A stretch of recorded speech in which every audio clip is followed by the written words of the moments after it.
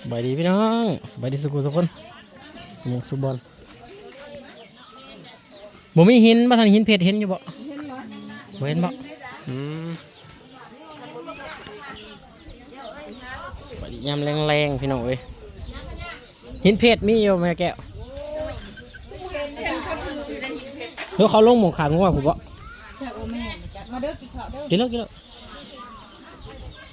เห็นไหมอ่ะ เขาเจ้าจะได้หินขีดมีดขีดฝ้าเขาเจ้าสุดใส่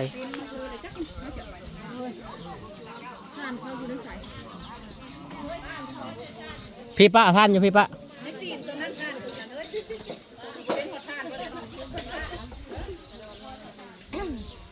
ลูกใจสงสัยข้าเจ้าลงหมองขางงัวจังน้อยอดเอาได้แล้ว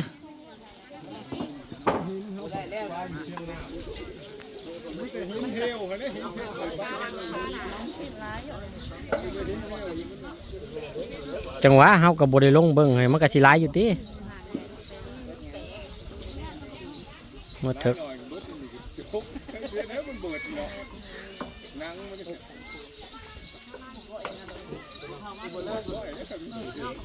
ใครมีกุกลมงัวตัวนึงพี่น้องเอ้ยงัวหังกลับมา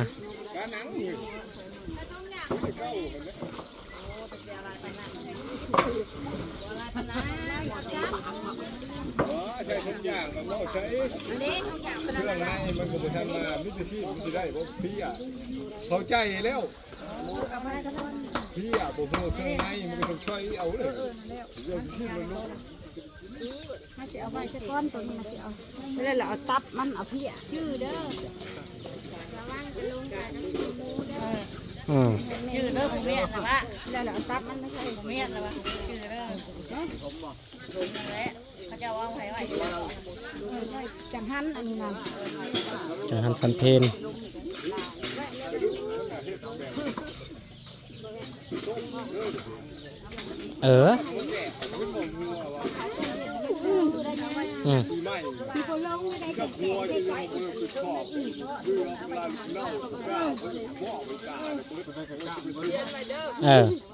มุนรถอันนี้เนาะ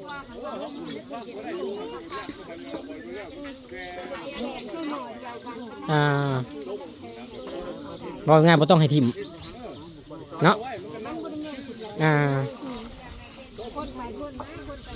ซอยซีนพี่น้องเอ้ยเป็นสิเฮ็ดลาบบ่ได้ไงประมาณนี้แหละพี่น้องเนาะตัวได้ซีนลาบแดงก็สิเฮ็ดลาบดิบพี่น้องเอ้ยให้ลาบตัวได้เป็นลาบขาวก็ให้ลาบขาว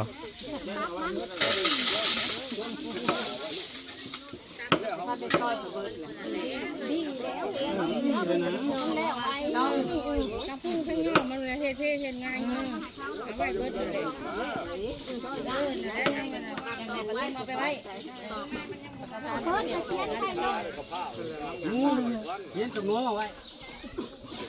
งอยังได้บาทนี่งอหมู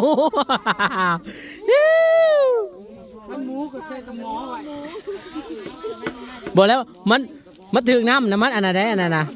เฟิร์สเขียนในทุกอย่างนะมันลึบเด้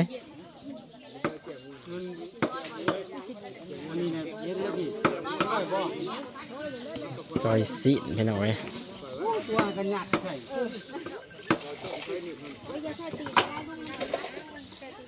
ของไผ่เด้ของประจันเบาตะลิกอยู่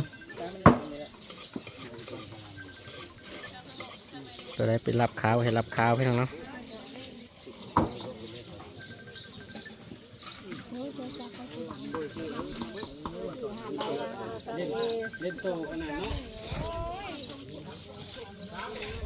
บ่มีเพิ่นคือสิแล้วอีกเพิ่นพี่น้องเอ้ยเพิ่น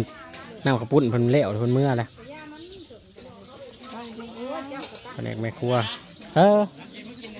น้ำเย็นเลยเฮ้ยถือกล้องนะเฮ้ยอยากสิเป็นกุ๊ดซิ้นเสิร์ฟน้ำกันเป็นบอยกันมื้อนี่เด็กขายน้ำ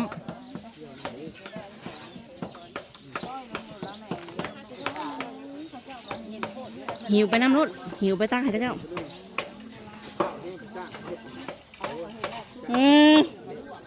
อันนั้นยังก็รางวัลยังก็ว่าเป็นบอลนั้น เปิดบอลค่ายไว้รางวัลพี่น้อง400 ล้านบ่เด้อผู้ใดได้ผู้ใดซื้อเลข400 ล้านอยู่ทางนี้หวยเปิดค่ายหวยบ่บ้าเข้าหัวมานั่นน่ะ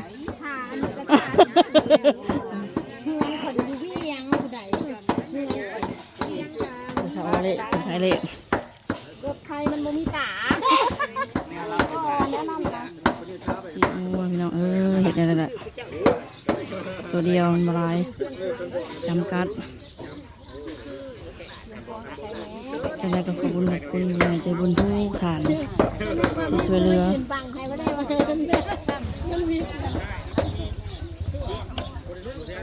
ช่วยเหลือมาและอะไรแนวผู้ซื้อน้ำผู้ซื้อพักผู้น้ำผู้เห็ดอันผู้ซื้อข้าวปุ้นเอาพริกปลาเล็ดเป็นนัวครบสูตรผู้ใหญ่ใจบุญทุกทานขอให้ได้บุญละลายเด้ออยู่ดีมีแหงอายุมันกันยืนร่ำรวยกันเบิดสุขสุขคน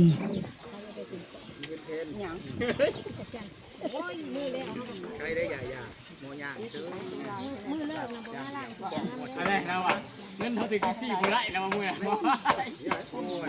เราลงเขาว่าเราไม่ได้ลงบ่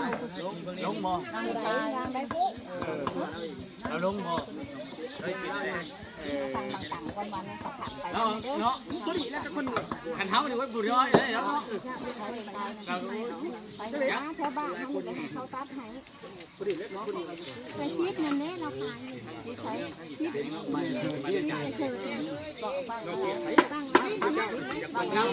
าเป็นผู้ชื่อเงินเราได้ไหมเห็นว่ามันชื่อเลยสร้างได้แล้วก็คนอยู่เลยได้เขาเห็นเราลงนะตอนยิบห้าโมเห็นโมได้ยิบอยากตีบ่ยังว่าอยากตีบ่ได้ยินบ่อยากตีเป็นยังอยากตีเขาได้เขาได้จะหาตัวชื่อบ่ได้นี่คือไหนทราบว่าโอ้ยน้องบ่ได้จะถ่ายจะจัดรถ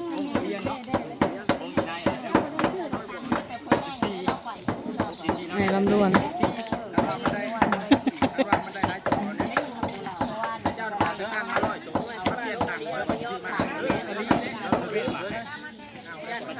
เนี่ย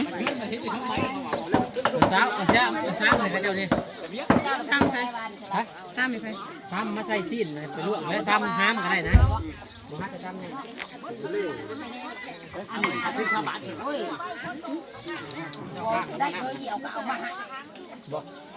บอกวันนี้เจ้าข้างน้ำห้อนนะคือได้ยินว่าสิข้างแต่เฮิงแล้วนะ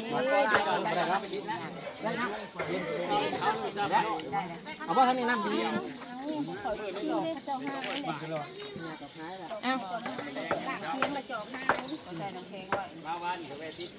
เขาไว้นะบอกลูกจ้าเพิ่นแม่ละเอาไว้นี่เบิ้งว่าต่างกันกันยังไง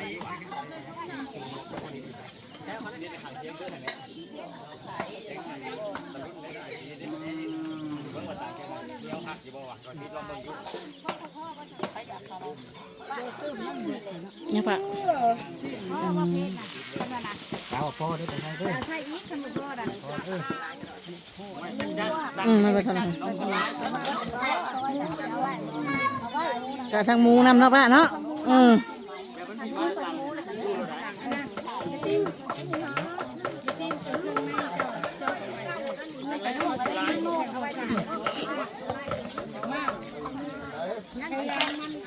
เอาใส่อีนั่นน่ะเย็นโพดก็ลำว้าวแล้วพี่น้องโสดเด้อนี่โสดลุงขวายเองโสดจ้าหนุ่มโสด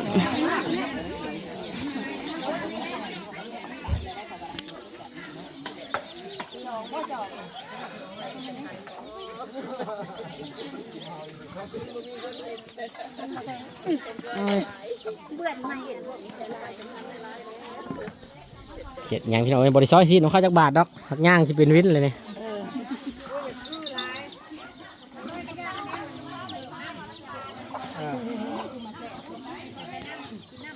มันฮ้อนเนาะกินน้ำแซ่บผู้ใดก็ได้ใช้ฮอดใช้ละจอกบ่เนี่ย ยังว่าทันได้ครบหอบได้นี่นะโอ้ลิ้นมันเป็นลิ้นเหลาพี่น้องเอ้ยเฮ้ยใส่เด้น้ำโคกบานคอน้ำโคกนี่จัก2 ขวดแม่นบ่ฮะ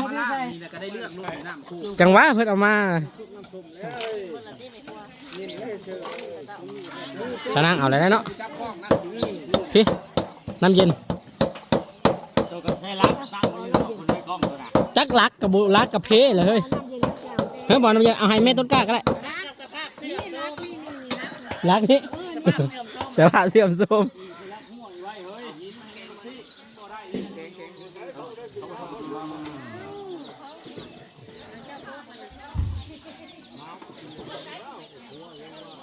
เนี่ยสิไปหาน้ำเย็นไหมข้าเจ้ากินแล้วเพื่อนเอ้ย